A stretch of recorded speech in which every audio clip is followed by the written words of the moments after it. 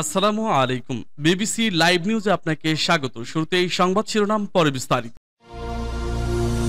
জানিয়ে দিব এই মুহূর্তে পাওয়া আমাদের হাতে থাকা সর্বশেষ গুরুত্বপূর্ণ আপডেট। আন্তর্জাতিক সংবাদ। অপারেশন ট্রু প্রমিস 3 পর যা আনছে ইরান। যুদ্ধ কি সত্যিই থেমেছে নাকি কেবলমাত্র বিরতির পর্দা টেনে রাখা হয়েছে? বলছি ইরান ও ইসরায়েলের 12 দিনের রুদ্ধশ্বাস সংঘাতের কথা। বিরতি চললেও দুই দেশের মাঝে যেন যুদ্ধের আবহ এখনো স্পষ্ট। তীক্ষ্ণভাবে দুটি দেশ নজর রাখছে সীমানায়। নিত্য নতুন হুঁশিয়ারি এবং যুদ্ধ বার্তায় সরগরম মধ্যপ্রাচ্যের গণমাধ্যম। সম্প্রতি ইরানের ইসলামী রেভলিউশনারি গার্ড কর্পস বা আইআরজিসি স্পষ্ট বার্তা দিয়েছে শত্রুদের উদ্দেশ্যে। ফের এই বুঝি যে কোনো মুহূর্তেই আবারও যুদ্ধের সামিল হয় দুই দেশ। দর্শক, এ নিয়ে জানিয়ে দিব বিস্তারিত সংবাদে। এরপর জানিয়ে দিব গাজা সিটি পুরোপুরি দখলে নিতে নেতানিয়াহুর পরিকল্পনায় অনুমোদন দিয়েছে ইসরায়েলের মন্ত্রিসভা। এ নিয়ে থাকছে বিস্তারিত ডেস্ক রিপোর্ট। এবং সর্বশেষ জানিয়ে দিব ইরানের জবাব হবে আরো বিধ্বংসী। বিশ্ব যখন তৃতীয় বিশ্বযুদ্ধের দ্বার প্রান্তে দাঁড়িয়ে, তখন একমাত্র দেশ হিসেবে ইরান এমন শক্তির প্রমাণ রেখেছে যার সামনে ইসরায়েল ও আমেরিকা একযোগে এসে দাঁড়ালেও অপ্রতিরোধ্য দেশটির বুক এক চুলো কাঁপবে না।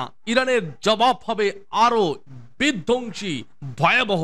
দর্শক, এ নিয়ে জানিয়ে দিব আরো একটি বিস্তারিত প্রতিবেদন। শুনছিলেন সংবাদ শিরোনাম, এরপর বিস্তারিত। তবে তার আগে অনুরোধ থাকবে ভিডিওটিতে একটি লাইক এবং কমেন্টস করে জানিয়ে দিন আজকের এই ভিডিও সম্পর্কে আপনার মূল্যবান মতামত। আর অবশ্যই এই ভিডিওটি আপনার ফেসবুক সোশ্যাল মিডিয়ায় শেয়ার দিয়ে ছড়িয়ে দিন। আর জানিয়ে দিন আপনি কোন জেলা থেকে বা কোথা থেকে আমাদের সংবাদটি শুনছেন এবং দেখছেন। অনুরোধ থাকবে আপনি যদি আমাদের এই চ্যানেলটিতে নতুন হয়ে থাকেন তাহলে অবশ্যই চ্যানেলটি সাবস্ক্রাইব করে পরবর্তী আপডেট সংবাদ পেতে চোখ রাখুন ওয়ার্ল্ড আপডেট নিউজে। যুদ্ধ কি সত্যিই থেমেছে নাকি কেবলমাত্র বিরতির পর্দা টেনে রাখা হয়েছে? বলছি ইরান ও ইসরায়েলের 12 দিনের রুদ্ধশ্বাস সংঘাতের কথা। বিরতি চললেও দুই দেশের মাঝে যেন যুদ্ধের আবহ এখনো স্পষ্ট। তীক্ষ্ণভাবে দুটি দেশ নজর রাখছে সীমানায়। নিত্য নতুন হুঁশিয়ারি এবং যুদ্ধ বার্তায় সরগরম মধ্যপ্রাচ্যের গণমাধ্যম। সম্প্রতি ইরানের ইসলামী রেভলিউশনারি গার্ড কর্পস বা আইআরজিসি স্পষ্ট বার্তা দিয়েছে শত্রুদের উদ্দেশ্য ইরানের নিরাপত্তার উপর কোনো আঘাতের জবাব হবে এমন এক মাত্রায় যা শত্রুর কল্পনাতেও নেই। তারা বলেছে বিধ্বংসী অপারেশন ট্রু প্রমিস 3 ছিল কেবল শুরু। এরপরের প্রতিক্রিয়ার মাত্রা হবে এতটাই শক্তিশালী যা শত্রুর ধারণাতেও নেই। ইরান ইসরায়েল যুদ্ধে ইরান হারিয়েছে তাদের সূর্য সন্তানদের। তেহরানের সামরিক কমান্ডারদের মৃত্যুর 40তম দিনে আইআরজিসির কণ্ঠে ঝরে পড়ল যেন বারুদ। এই দিনে এক বিবৃতিতে তারা জানায় ইরানের নিরাপত্তা নিয়ে ছেলে খেলা করার কোনো সুযোগ নেই। শত্রুরা যদি আগ্রাসন চালায় তাহলে তাদের সম্মুখীন হতে হবে এমন এক পাল্টা জবাবের যা বিপর্যয় হয়ে দেখা দেবে। বিবৃতিতে আরো বলা হয় আইআরজিসি এবং ইরানের অন্যান্য সশস্ত্র বাহিনী সবসময় প্রস্তুত আছে প্রয়োজনে যে কোনো সময় যে কোনো স্থানে যুক্তরাষ্ট্র ইহুদি শাসক গোষ্ঠী এবং তাদের মিত্রদের নিঃশ্বাস করে দেবে। ইরান 13 জুন ইসরায়েল প্রথম সরাসরি সামরিক আগ্রাসন চালায় ইরানের ওপর। টানা 12 দিন ধরে তেহরানের সামরিক, পারমাণবিক ও আবাসিক এলাকাগুলোতে হামলা চলে। এরপর 22 জুন যুক্তরাষ্ট্র ইসরায়েলের পক্ষে অবস্থান নিয়ে ইরানের নাতাঞ্জ, ফোর্দো এবং ইস্পাহানের 3টি গুরুত্বপূর্ণ পারমাণবিক স্থাপনায় বিমান হামলা চালায়। কিন্তু এই আগ্রাসনের জবাব দিতে দেরি করেননি তেহরান। ইরানের ইসলামিক রেভলিউশনারি গার্ড কর্পসের aerospace force operation true promise 3 এর অধীনে ইসরায়েলের বিরুদ্ধে চালায় 22 দফা পাল্টা ক্ষেপণাস্ত্র হামলা। তেল আবিব সহ বিভিন্ন দখলকৃত অঞ্চলের শহরে সৃষ্টি হয় ব্যাপক ধ্বংসযজ্ঞ। ইসরায়েলের প্রতিরক্ষা ব্যুহে একাধিক ছিদ্র তৈরি হয়। শুধু ইসরায়েল নয়, মার্কিন আগ্রাসনের জবাবেও পিছিয়ে থাকেনি তেহরান। কাতারে অবস্থিত আমেরিকার সবচেয়ে বড় সামরিক ঘাঁটি আল ওদেইদ বিমান ঘাঁটিতে চালানো হয় একের পর এক ক্ষেপণাস্ত্র আঘাত। ইরান স্পষ্ট করে দিয়েছে তার প্রতিক্রিয়া আর এখন সীমিত ভূখণ্ডে আবদ্ধ নয়, এটি ছড়িয়ে যেতে পারে গোটা অঞ্চলে। সবশেষে যুক্তরাষ্ট্রের মধ্যস্থতায় 24শে জুন যুদ্ধবিরতি কার্যকর হলেও ইরানের সামরিক শক্তির বার্তাটি স্পষ্ট। শান্তি যদি জোর করে চাপিয়ে দেওয়া হয় তবে তা হবে ক্ষণস্থায়ী, আর ইরানের সঙ্গে সংঘাতে গেলে যে মূল্য শত্রুদের দিতে হবে তা আগাম বুঝিয়ে নেওয়াই শ্রেয়। আন্তর্জাতিক মহলে সমালোচনা সত্ত্বেও গাজা সিটি পুরোপুরি দখলে নিতে নেতানিয়াহুর পরিকল্পনায় অনুমোদন দিয়েছে ইসরায়েলের মন্ত্রিসভা। দেশের মন্ত্রিসভার কার্যালয় থেকে দেওয়া বিবৃতিতে এই তথ্য জানানো হয়। এতে বলা হয়, গাজা উপত্যকা দখলের জন্য আইডিএফ এর পরিকল্পনা অনুমোদন দিয়েছে মন্ত্রিসভা। বিবৃতিতে আরো বলা হয়, হামাসকে পরাজিত করার প্রস্তাব নিরাপত্তা মন্ত্রিসভায় অনুমোদন পেয়ে আছে।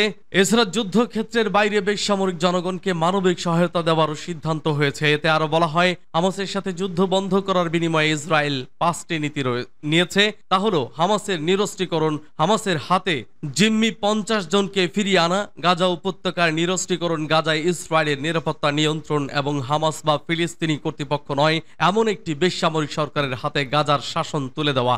এর আগে বৃহস্পতিবার ফক্স নিউজ এ দেওয়া সাক্ষাৎকারে ইসরায়েলের প্রধানমন্ত্রী বলেন, দীর্ঘ মেয়াদে নয়, সন্ত্রাস বিরোধী অভিযান শেষে গাজাকে একটি বেসামরিক প্রশাসনের হাতে তুলে দেওয়া হবে। এদিকে নেতানিয়াহুর গাজা দখলের ঘোষণার তীব্র সমালোচনা করে ইসরায়েলের বিরোধী দলের নেতা ইয়াইর লাপিদ বলেছেন, এই প্রস্তাব মানে আরো যুদ্ধ, আরো জিম্মির মৃত্যু, সেই সঙ্গে অঢেল অর্থের অপচয়। গাজা দখল পরিকল্পনার নিন্দা জানিয়ে এক বিবৃতিতে হামাস জানায়, এবারে স্পষ্ট হয়েছে গণহত্যা আর গাজা দখলই ছিল নেতানিয়াহুর মূল উদ্দেশ্য। বিশ্ব যখন তৃতীয় বিশ্বযুদ্ধের দ্বার প্রান্তে দাঁড়িয়ে, তখন একমাত্র দেশ হিসেবে ইরান এমন শক্তির প্রমাণ রেখেছে যার সামনে ইসরায়েল ও আমেরিকা একযোগে এসে দাঁড়ালেও অপ্রতিরোধ্য দেশটির বুক এক চুল কাঁপে না। পারস্য উপসাগরীয় এই দেশ শুধু একটি রাষ্ট্র নয়, বরং এখন এক পরাশক্তির নাম, যার সামরিক সক্ষমতা, ক্ষেপণাস্ত্র প্রযুক্তি এবং প্রতিরোধমূলক যুদ্ধনীতির কাছে পশ্চিমা দুনিয়ার সকল হিসেব আজ অচল। শহীদদের আত্মত্যাগ দিয়ে গড়া এই রাষ্ট্রের বিরুদ্ধে যারা আগুন জ্বালাতে এসেছে তারা নিজেরাই উঠছে সেই শিখায়।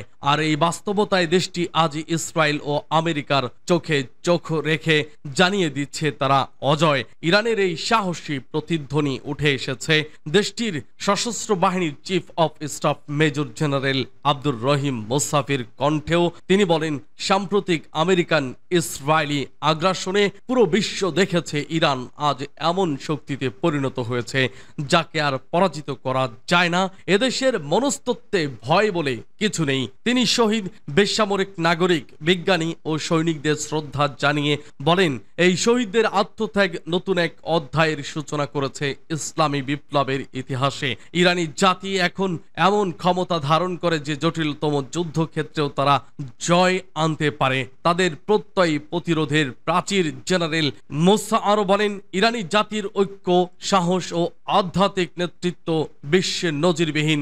আমেরিকার ঘৃণ্য ভূমিকার স্মৃতি এই জাতির হৃদয়ে স্থায়ী। তারা ভুলে যাবে না কে শহীদ করেছে তাদের সন্তানদের।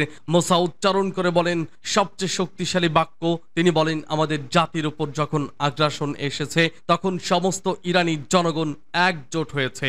এই ঐক্যই আমাদের সবচেয়ে বড় অস্ত্র, আর আমাদের এই ঐক্যকে কেউ ভাঙতে পারবে না। এদিকে লেবাননের হিজবুল্লাহর মহাসচিব শেখ নাইম কাসেম সম্প্রতি জানিয়েছেন, ইসরায়েল যদি বড় পরিসরে যুদ্ধের পথে এগোয় তবে 1 ঘন্টার মধ্যে ধ্বংস হয়ে যাবে তাদের বহু বছর ধরে গড়া তোলা মিথ্যা নিরাপত্তার বলয়। তিনি জানিয়ে দিয়েছেন, লেবাননের প্রতিরোধ শক্তি এখন আগের যে কোনো সময়ের চেয়ে বেশি সংগঠিত, সজ্জিত ও প্রস্তুত। জাতির সার্বভৌমত্ব স্বাধীনতার প্রশ্নে হিজবুল্লাহ আপোষ করবে না, তাদের অস্ত্র ছাড়বে না এবং কারো হুমকিতেও মাথা নত করবে না। তিনি একে একে চ্যালেঞ্জ ছুড়ে দিয়েছেন আমেরিকা ও ইসরায়েলের দিকে। তিনি বলেন, তারা চায় না আমরা প্রতিরোধ করি, চাই না আমরা স্বাধীন হই, কিন্তু আমাদের অস্তিত্বের প্রতিরোধী তাদের কবর রচনা করবে।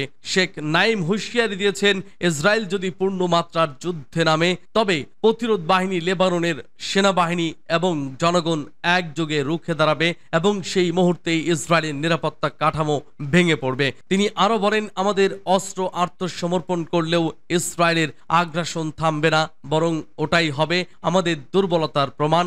ইসরায়েল এমন এক শত্রু যে দুর্বলতার সুযোগ নিতে জানে, তাই আমরা দুর্বল হব না, 1 ইঞ্চিও পিছু হটব না।